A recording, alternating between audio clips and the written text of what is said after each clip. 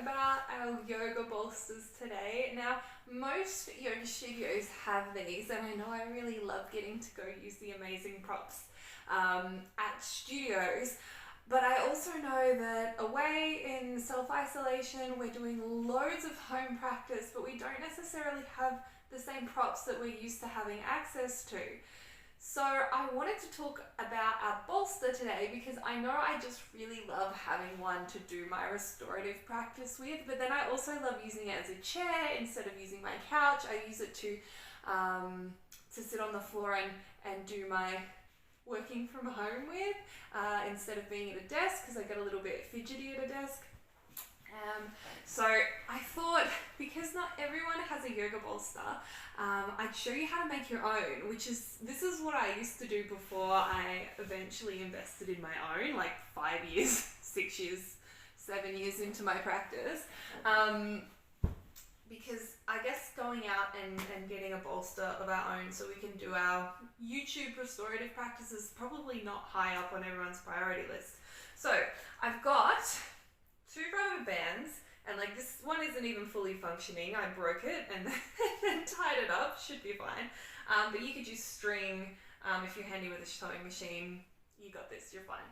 And then I've also got 4 towels here on the floor. I folded them all in half, and then I've just popped them on top of each other. So the seam, like the fold closest to me, they're all stacked on top of each other here. So, and then on the very bottom of my towels, I've got a really long shawl, and that's going to be the outside of my bolster. So what I'm going to do is I'm going to take my first towel here, and I'm going to roll it up.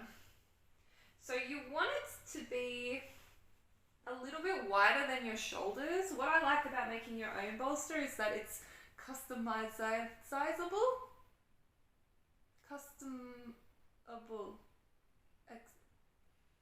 What's the word for that? I don't remember. Anyway, customable. I've forgotten the word. That's fine. But yeah, so as I go through the towels, I'm just rolling up another one. And I'm going to roll it up again. I'm on towel number 3. Now the tighter you roll it, the more firm your bolster is going to be. The firmer the better. And then I'm going to keep it going. Now I'm on my last one now. And then I've come right to the bottom. I've got my shawl here. This is a shawl that my best friend bought me in Nepal just before we went to India and I did my first ever teacher training. And I'm rolling it up still. And when I get all the way to the end of my shawl, I've got this nice kind of blanket towel burrito here. And then all you want to do is get your rubber band, your string, your rope, your dressing gown cord, old iPhone cables, like whatever. And, oops, wrap it around the end. Now I'm going to tie it.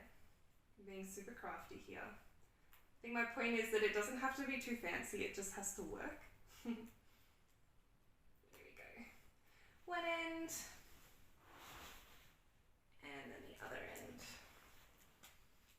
And just make sure that it is wound up enough that it's not going to get in your way while you practice. I'm going to bring this one down a little bit.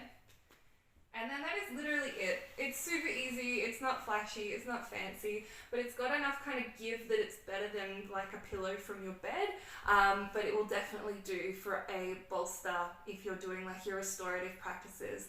I've got a restorative practice of my own coming out in a couple days that you can use your homemade bolster in, and yeah, I'd love to see any creative pictures that you've got of your own bolster, the way you practice with it, what it looks like. Let me know how you went, and have an awesome day.